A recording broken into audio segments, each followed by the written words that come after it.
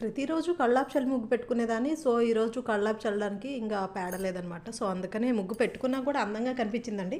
ఇంకా ఈ కార్తీక మాసం స్వాములకే కాదండి, మాకు కూడా పరీక్ష. ఎందుకంటే ఉదయాన్నే లేచి ఆ చెల్లో వణుక్కుంటూ స్నానం చేసి పిల్లలు స్కూల్కి త్వరగా వెళ్ళాలంటే ఇంట్లో పేరెంట్స్ తొందరగా రెడీ పేరెంట్స్ ఎలా ఉన్నా సరే ఫస్ట్ మదర్ ఫాస్ట్గా ఉండాలి. లేకపోతే వాళ్ళు లెగలేరు ఆ చలికి, మనం ప్రిపరేషన్ చేయలేము ఇంకనమాట. ఇంకా నేనైతే ఒత్తులు చేసుకోవడానికి పత్తి అయితే తీసుకొచ్చుకున్నానండి. బయట ఎందుకు అస్తమాట కొనడం అని చెప్పేసి. అమ్మవారి చీర అండి, మొన్న మా ఊర్లో జరిగిన జాతరకి అమ్మవారి చీర సార్లు పంచిపెట్టారు, చంద వేసిన ప్రతి ఒక్కరికి అనమాట.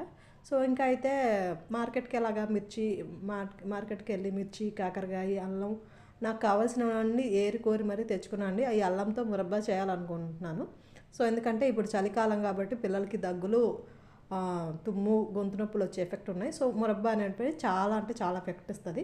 కాకరకాయ వల్ల పిల్లలకి కడుపులో నులిపురుగులు ఉన్న చచ్చిపోతాయి. చాలా మంచిది అనమాట. చేదు ఏమంటే కొంచెం డీప్ ఫ్రై పడుతుంది, ఆయిల్ ఎక్కువ పడుతుంది, కానీ ఎప్పుడో ఒకసారే కదా, పర్లేదండి. ఇంకా గోంగూరలో ఐరన్ క్వాంటిటీ ఉంటుంది కాబట్టి గోంగూర తీసుకునేదాన్ని. ఇంకా ఆరెంజెస్లో సి విటమిన్ చాలా బాగుంటుంది కదా. సో పిల్లలకి స్కిన్కి ఇంకా అలాగే బాడీ హెల్త్ పరంగా కూడా మంచిది. ఇవి సోయా అనమాట. చాలా అంటే చాలా పెద్దగా వచ్చాయి సోయా మిల్ మేకర్. ఇంకా దేవుడి ముందు ప్రసాదంగా పెట్టుకోవడానికి అవి తీసుకున్నాను. ఇవైతే సోఫ్ అనమాట. మా పిల్లలు ఎప్పుడన్నా అడుగుతూ ఉంటారు. ఇంకా చెర్రీస్, ట్యూటీ ఫ్రూటీ, ఇంకా మ్యాగీ మసాలా, నూడిల్స్ మసాలా, నాకు ఇష్టమైన పండుమిరపకాయ పచ్చడి అండి. మా సైడ్ అయితే పండుమిరపకాయలు ఎక్కడ పడితే అక్కడ దొరుకుతాయి. పచ్చడి ఇంట్లో పెట్టుకునే వాళ్ళం. ఇక్కడ పండుమిరపకాయలు దొరకట్లేదు, ఎండుమిరపకాయలు దొరుకుతున్నాయి. ఏం చేసుకోవాలి, దాంట్లో తాలింపు పెట్టుకోవాలి. సో అందుకని చెప్పేసి కొనుక్కొచ్చుకున్నాను. ఇంకా స్వీట్స్ అనమాట. బయటికి వెళ్తే స్వీట్స్ కంపల్సరీ తెస్తాను నేను. ఎందుకంటే ఎప్పుడో ఒకసారే కదా, ప్రతిరోజు తేము కదా.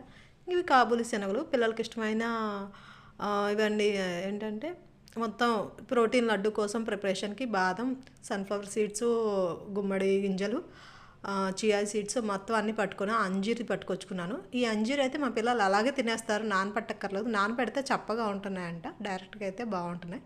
కిస్మిస్ అనమాట. ఎప్పుడన్నా అలాగా టైంపాస్కి. చూసారా సరుకులు ఎన్ని ఉన్నాయి.